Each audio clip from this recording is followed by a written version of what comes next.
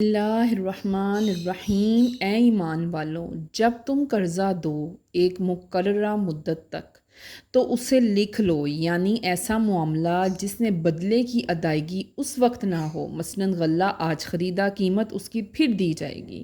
ایک مقررہ مدت طے کی ہو قرضے کے معاملے میں، تو مدت بالکل صاف مقرر ہونی چاہیے، گول مول نہ ہو۔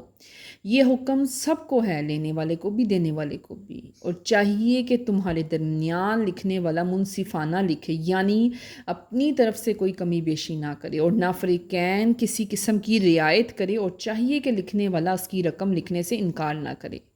جیسا کہ اسے اللہ نے سکھایا ہے، اور اللہ سے ڈرے جو اس کا رب ہے، اور حق سچ بیان کرو، کسی قسم کی کمی نہ چھوڑنا،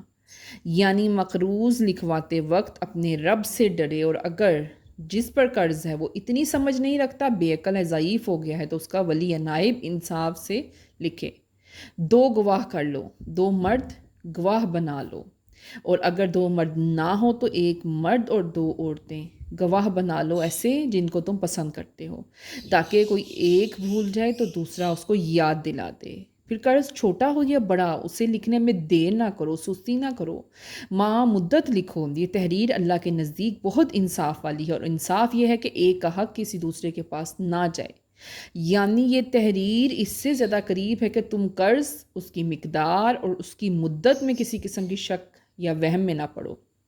اور اگر تم سفر میں ہو، لکھنے والا نہ پاؤ، تو کچھ گروی کے طور پہ قبضے میں کر لو، کچھ رقم یا سامان، یعنی قرض پانے کے لیے۔ اور پھر جب تم ایک دوسرے پر اطمینان کر لو تو جو امین بنایا تھا اسے چاہیے کہ اب وہ امانت کو ادا کر دے۔ اس سارے معاملے میں اپنے رب اللہ سے ڈرتے رہو، اور گواہی کو نہ چھپاؤ، یعنی سچ بات کہو۔ پھر گواہی دینے والا چھپائے سچ بات کو تو گناہگار دل والا ہوگا، اور بے شک